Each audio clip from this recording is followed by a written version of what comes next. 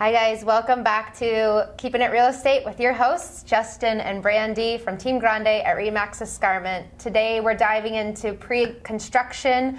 I'm really excited about this one because there are a lot of developments going on in Hamilton, as well as we're going to discuss a little bit about the housing shortage and strategies that are proposed for that.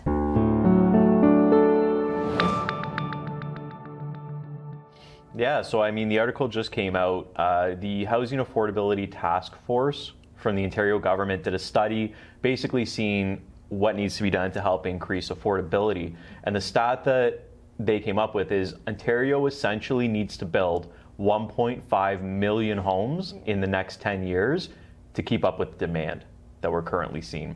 So, you know, some of these recommendations include cutting some red tape, which we talked about on a previous podcast, how if you want to build multiple property or multiple homes on a property, it's very difficult and that sort of thing. So, you know, cutting red tape like that. And then also one thing they're recommending, which I know a lot of people won't like, is prioritizing housing supply over neighborhood character, which I know some people hate because you have these beautiful areas, you don't want to touch them because they look nice, but you know, especially Old Ancaster, I know there's a big fight against people building those mega mansions because they kind of like that, you know, these people that live there for years like the smaller look of, you know, the quainter sort of town. So that's one of the suggestions they're making, but I mean, just that stat alone, 1.5 million homes in 10 years, that's crazy. That just shows demand over like everything. Like, I don't know, with talking interest rates, is it really going to do anything, these like minimal increases, if they increase it this year, when we still have a shortage of 1.5 million homes? So to me, what this says is land is going to become really valuable. So if you have land with a house sitting on it and room to build, I think sit on that land for now, and we'll see where that goes. And if you're currently in a townhouse or a condo, might be the time to make that jump. Like, for instance, you know, the gap between a townhouse to a detached now is, you know, it's about 400, 500,000. But I mean, that's going to increase over time because builders are only building towns and condos because, you know, we're kind of pressed up against the green belt. We're running out of room. They have to do it to keep up with the affordability. So there will be a premium on detached homes for sure. I think another cool one too, and you were talking about investing in as well, is those carriage houses, which are really common downtown Hamilton in those older homes where they have those alleys. Or even on the mountain, we're seeing a lot. Like if you have a corner lot, a large corner lot, and you have a big garage on one side coming in and your house is on the other, that garage can be converted into a living unit. And hopefully in the next few weeks, we're actually going to have somebody on our podcast to dive into that. So that's going to be an exciting one. Don't miss that one for sure. But this one's exciting too. Pre-construction. This is the buzz. Everybody's always like, oh, new builds, new builds. So let's break it down. Let's go through everything. Brandy, kick it off. What is pre-construction? Okay, so from the ground, very basic, pre-construction, pretty much, you are buying a contract. It's between you and the builder, and you're buying a floor plan that says, yes, this will be built in, typically right now, it's about 2 to 3 years. And so you're signing a contract saying, I'm gonna buy this now, and it will be this price when it's done being built. The benefit to that is if the market increases, you gain that increase in the market value. That's why they're being gobbled up right now, because the market's moving so fast. So you put your deposit down and then you come up with the mortgage when the house is on close. The only downside I would say is if the market wasn't moving. I don't know if you know any downs. But even then, it's no different than just buying like a resale. Like the biggest benefit you gain when you're buying new construction essentially is that you're paying today's price for a product that's going to be delivered down the road. So when it closes in 2 years, if the prices have gone up 30%, 25%, you still have it locked in at that lower price. You've made that equity without making a single mortgage payment. The only downside that happened, sorry to cut you off, but the only downside that happened was back when they raised the interest rate the first time a few years ago. People had bought pre-construction years previously.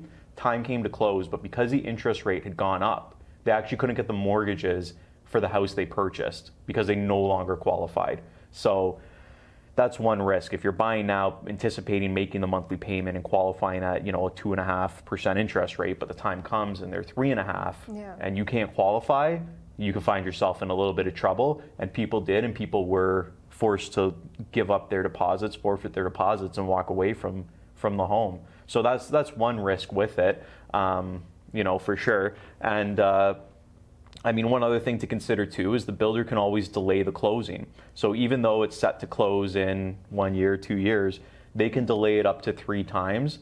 There is a maximum on it, I believe it's around 2 years, that they can delay it. So that's another thing too. If you're expecting to move into it at a certain time, I wouldn't really anticipate on that date. Because especially in condos, they can get pushed because supply, materials, all that stuff. I mean, the builders are doing their best to build them because, they want to get their money. So, but things happen, they get delayed. And one thing that is big too is if they are going to delay it, they do have to give you 3-month notice. So if you have a house to sell, you're planning to sell something to move into your new construction, don't sell your house until you're within 3 months of the closing.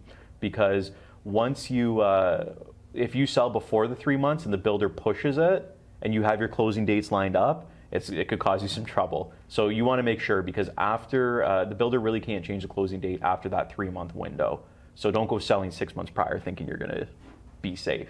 Yeah, exactly. So a lot of people right now, we're just moving into investments, and people are looking at pre-construction because it sounds like a good investment.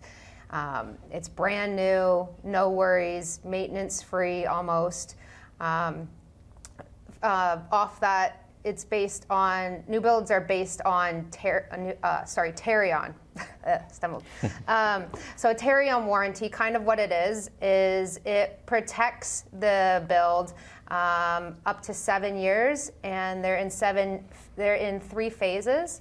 So in the first phase, everything's covered, and that's in the first year. So anything happens to your build, the builder is liable for that. In year 2, so from year 1 to 2, that starts covering all mechanical, electrical, and still the foundation. And then between year 2 to 7 is just the structural left. So if anything goes for the structural, there's a crack, that sort of thing, then the builder is still liable for that.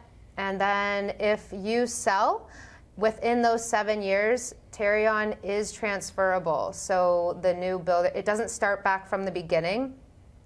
It's transferable and will finish out the 7 years from day one. Mm-hmm. And that's it. And they're pretty good with it. Like, I have had some clients that, unfortunately, they may have had a crack in the foundation come in. The builders come back, they've injected that crack, fixed it, no problem. So it's a great thing to have. 7-year warranty on a foundation is never a bad thing. And then in terms of sticking along the line of investments, one thing that people don't realize with the investment with new builds that we got to drive home is you can't buy these things thinking you're going to sell them when they close, okay? Because there is a ton of taxes that need to be paid if you do that. For one, when you purchase a new build, HST is included in that price. So if you're paying $1 million, HST is built into that $1 million. Now, the builder gets a refund from the government for that HST if you're occupying the property for at least 1 year. If you sell the property within a year, the government won't rebate the HST. You're now on the hook to pay for that HST to the builder. It's capped at around $30,000. So you could be, if you sell in the first year, you could get hit with a $30,000 bill, plus you could get hit with capital gains. Yeah. If it's not your primary. So those are things to consider too. So the only way to really avoid this, either occupy it for 1 year or you rent it for 1 year. Yeah. And just in case anyone's wondering how capital gains works as well, it is included as income. So it will be put into your tax bracket and you will be taxed on that. It's 50% of what you've made. Yeah. So if it's a $100,000 gain, $50,000 is taxable, and you throw your bracket on it, whatever it is. Exactly. And sometimes that's why investors, if they buy a bunch of investment properties, they'll incorporate themselves so that they pay less tax. Okay, so if you're looking at a townhouse or a home, right now in Hamilton, unfortunately, just the way the market's moving, they are starting at $1.1 million for a new pre-construction.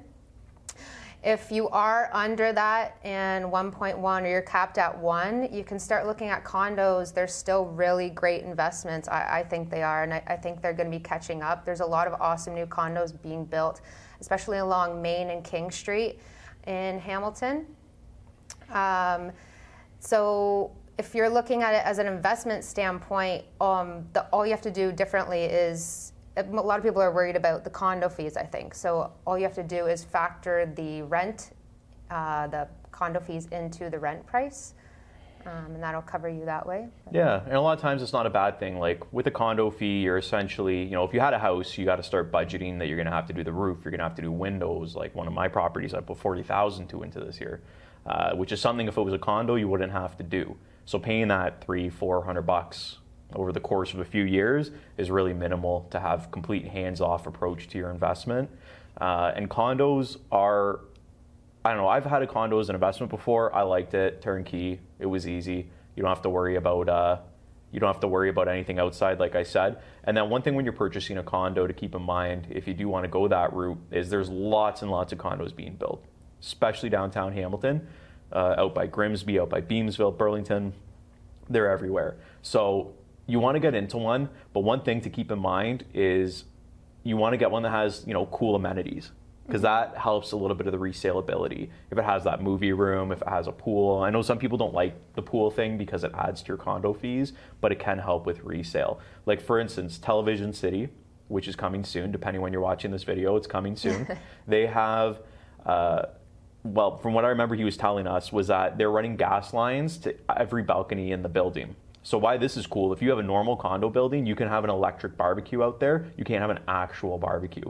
But here, this will allow you to connect the barbecue so you can have a real grill on your balcony, which is super cool. It has like a leash-free dog run area. I love that. So that's some really cool stuff. This is actually a good development. If you're interested in this, let me know, because we're actually getting VIP access to this one. Mm-hmm.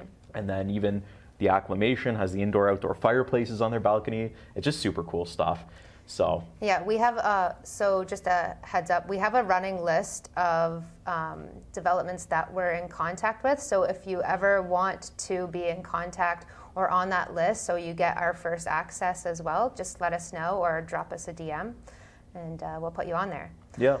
Yeah. So there's also a cooling off period. If you just wanted to explain that quickly. Sure. So with the cooling off period, so basically when you buy these things, we're getting ahead of ourselves, I think. I think we should talk about the deposit if you're looking to buy a new build. Okay. So new build deposits are way different than if you're purchasing a resale house. So usually in the past, builders have wanted 5% down up front. Now that it's changed, like the two developments that are coming up that I've seen in Burlington and Hamilton are asking for 20% down. And the way this works is it isn't all at one time, but it's usually spread out over the course of 4 to 6 months. So you might sign the paperwork, give them $5,000 on that day. A week later, they might want another 10. A month later, another 10, then another 10 after that. And then, on the 4th month, they want the balance of whatever the percentage is. So definitely if you're looking to purchase a new build, you have to have your deposit ready. You have to be willing to put that money down, and it's got to sit there. So you got to be able to go without that money until the condo closes, which in the past when it was 5% was a great buy and hold. Yeah. Like I bought one of mine for $250,000. So it was like $13,000-14,000. I just tossed it and it sat. But now we're talking 20%. That same thing would, be much, much more that we have to tuck away. So, and then one thing to consider is you also need to requalify before closing. So even though you get qualified for the mortgage now, no bank's going to guarantee you're getting that mortgage in 2 years. Mm-hmm. So when it comes time to get it, you have to requalify, get your financing in order, get your mortgage, right? And and then the cooling off period that Brandy mentioned was when you sign the paperwork, most builders will give you an opportunity to take the papers to your lawyer. The lawyer can review it. They'll also give you an opportunity to bring it to a lender, and the lender can look and see, based on now, could you afford it? Yeah. And then you can move forward with it. But in this market lately, I've been seeing that they're not having that cooling off period. It's more just, here's the contract, sign it, you bought it, which is very similar to the resale market. Yeah, because there's so many people that want them. So the demand, again, 1.5 million. So much demand, yeah. It's crazy. Yeah. Okay, so let's move into assignments. In an assignment, so the pre-construction, the pre-construction is still in development. Nothing is done yet. You still don't have a house. So basically you are selling that paperwork that you bought with your deposit, and you're selling it to a new owner. So the thing with this is, though, there is assignment fees, and I think you mentioned to me before that builders are increasing their assignment fees just because so many people are seeing the potential with this. Sometimes you could turn around if a build takes 3 years and you turn around and try and sell as an assignment within a year, the way the market's moving, you could make around 100, 200K just based on market climbing. Like we said before, the market's already increased 26% since last year, so you would have made that if you bought a pre-construction last year. Without making a single mortgage payment. Without making a single mortgage payment, just that deposit. So basically, the assignment fee is you pay the builder to assign the unfinished product to someone else, and your hands free, and then that's it. Yeah, you're taking the profit, and that's it. The assignment fees are changing. Back when we were doing new constructions, when I did my first one, it was like $5,000. My last one I did was $40,000 to assign it. So that's something you got to factor in. The $40,000, you got to factor in the deposit. There's so much to factor in tax-wise with that, and then the builder also has to give you permission. I personally tried to assign one before it closed, and the builder said no. So I had to close on it. Thankfully I could, but if you're buying these things planning to sell the papers before it closes, you should at least have a worst case scenario plan that, hey, worst case I might have to close on this. So you always got to be prepared for that. Yeah, don't think of as you're going to be an investor, you're going to gobble up 5 of these. I only have to put down that deposit, and then it turns around, the builder doesn't let you sell them, then you're on the hook for all of those. So just make sure you plan ahead. Yeah. And then with the new build, there's way more closing costs involved than with a resale, because you have to pay levies, which goes towards a school, goes towards neighborhood improvements, and this is an additional fee that some people cap it around like $4,000, $5,000, but if it's not capped, it could be quite hefty. If you're buying a townhouse or a house, you got to pay like $1,000 to put a tree in your front lawn. It's all these things that you don't consider. So you have to not only come up with your down payment and your regular closing costs, you have to come up with these additional costs, which could be anywhere from, $4,000 to $10,000, unless you cap them. Like some builders, Television City, they're capped at $4,000, which is great. Previously, I used to have to negotiate the cap into my agreements. I'd just basically call them and say, listen, I want to cap that $4,005. But now some builders offer it, some don't. But at the end of the day, the builders are forced to pay this by the city. It's not them. It's not a big money grab by the builders. No, they have to collect this money. So. Yeah, so just to explain that a little bit, the city asks the builder, hey, can you kind of contribute to the area around here? Like he was explaining, schools, roads, and then the builder kind of pays on your behalf just to support the community. Yeah, it's the infrastructure. You're adding so many more houses and people to the area. You got to make sure that there's funds there to support that. Exactly. And we keep pushing this city condos a lot. Television city condos a lot. If you're not from Hamilton or you are familiar with Hamilton, the main intersection there is Caroline and Main, if that makes sense. Really cool location. Yeah. Yeah. Okay. So moving on to condos, they have occupancy dates. So with like a condo that's pre-construction condo versus a townhouse or a house, when it's a condo, the building gets occupied in stages. They build it finishing from the top down. I'm assuming that's for safety reasons. They can't move in the first floor first. So if you move in on one of the higher floors and the bottom floors aren't finished or moved in yet, then essentially you'll get your closing date, but the condo corporation hasn't been formed yet. So you pay a rent to the builder. You live there, you pay that rent, and then the occupancy, your mortgage kicks in once the building is occupied and the condo corporation has been formed. Right. And then I think that's it for that one. Is that it for that? That's everything you got to say about new builds? Yeah. We're all set? Yeah. It's, guys, such an endless, complicated topic, but the biggest thing to know with pre-construction, the biggest benefit, you're buying it now, you're buying at today's prices, you're not having to pay a mortgage over time, you're getting the equity increase, it's a great investment. I've done 3 of them, they've all been great. The biggest thing now is just the deposits are so much bigger. Mm-hmm. So you got to be able to put that money away, and then also make sure that when you get pre-qualified, just make sure you can get qualified at a higher rate too. I know the stress test is in there, but be careful. and that sort of thing. So like I said, we have this ongoing list of pre-construction homes. I've already sent out 3 developments this week to the people on our list. So if you're interested in getting these, be sure to sign up, or like she said, comment, DM, and we'll get you added to that.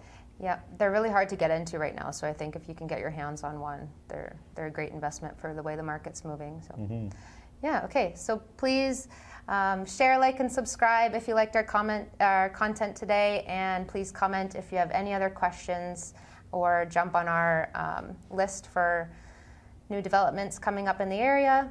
And have a great day.